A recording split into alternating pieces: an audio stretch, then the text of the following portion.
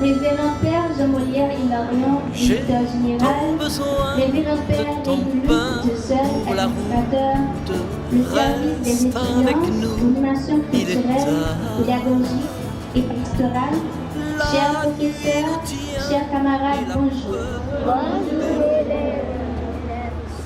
Aujourd'hui, nous sommes rassemblés pour accueillir les élèves, surtout ceux de la 7e année fondamentale, qui grandiront parmi nous et avec nous. C'est avec plaisir que nous allons commencer ce parcours avec vous, chers élèves. Nous vous souhaitons la bienvenue, tout en vous rappelant que cette aventure ne sera pas solitaire, mais se construira dans une ferme solidarité. Cet environnement peut, pour certains, vous rendre anxieux ou effrayé. Mais nous pouvons vous rassurer que durant ce parcours, nous allons vivre dans un esprit de coopération, de tolérance et d'amour. Pour l'éducation est la base de nos fruits d'espoir à produire. Nous espérons fermement que dès maintenant, vos talents seront mis en lumière pour apporter de l'espoir au sein de la société. Basiléens et basiléennes, spécialement ceux de la 7e année fondamentale, bienvenue. Comme il est de coutume à Basile-Nouveau, cette année nous aurons un thème. Durant cette année académique 2024-2025, nous aurons l'honneur de nous approcher de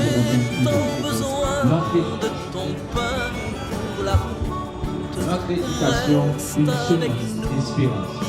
Je reprends, notre éducation, une semence d'espérance. Ce thème qui nous rappelle une valeur et l'importance de notre éducation dans la société d'aujourd'hui nous invite à penser aux différents impacts positifs qu'on peut apporter au sein de nos communautés. Car en effet, dans la société et toute l'humanité entière, l'éducation qui nous offre aujourd'hui est l'éclairage de l'humain dans le monde entier.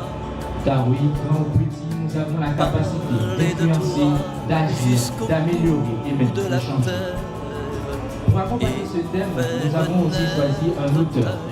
L'auteur de cette année est un homme qui s'est distingué tout au long de sa vie, tant par ses actes que par la persévérance dont il faisait preuve, dans les moments les plus tumultueux et compliqués de son existence. À la personne de Jacques Roumet est né le 4 juin 1907 à Port-au-Prince et est mort le 18 août 1944 dans la même ville. C'était un écrivain et homme politique haïtien qui, malgré une vie d'une courte durée, étant mort à l'âge de 37 ans, a marqué à tout jamais au fer rouge l'histoire de la culture de notre pays. Il serait difficile d'établir une bibliographie complète de cet homme. Tant d'événements se sont succédés sans ébranler ses principes et sur un point incroyable. Parmi ses plus grandes réalisations, l'histoire retiendra de lui un homme engagé politique, régulièrement arrêté et même exilé à 2 reprises à Bruxelles et à Paris pour sa lutte acharnée contre l'occupation américaine. En 1934, il a fondé le Parti communiste haïtien. Il est aussi le secrétaire de la lutte de la jeunesse patriote haïtienne et a participé à la création de la République indigène avec le Philippe Marcelin au Cameroun. Sous le rang de ce statut de la lutte patriotique, il est gagné par son dévouement, mais se remet aussi l'âme d'un fabuleux écrivain qui s'entraîne à marquer la littérature par le biais de ses poèmes comme ou encore de ses romans, tels que La montagne ensorcelée ou encore le plus connu, et qui restera connu comme dans son chef-d'œuvre, Le Dominion de la Roche. Le choix de cet auteur n'est en rien un choix anodin.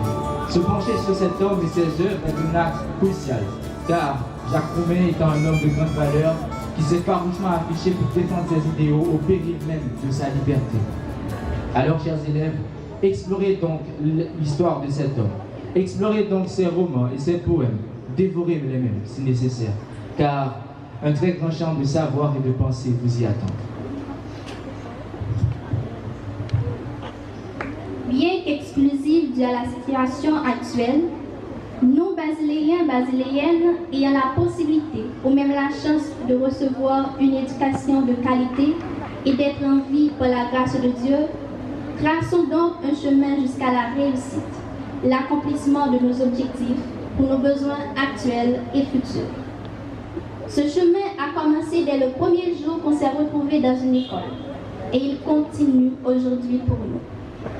Soyons reconnaissants de bénéficier de cette éducation. Utilisons-le afin d'influencer, d'agir, d'améliorer et de changer. Semons ensemble l'espoir qu'Haïti attend depuis longtemps, l'espoir de vivre pleinement sans crainte de s'y perdre, l'espoir d'avoir une terre sûre pour nos descendants. Grâce au savoir reçu, illuminons la voie vers le succès. Notre éducation, une semence d'espérance. Notre éducation, une semence d'espérance. Ensemble, notre éducation, une semence d'espérance. Merci.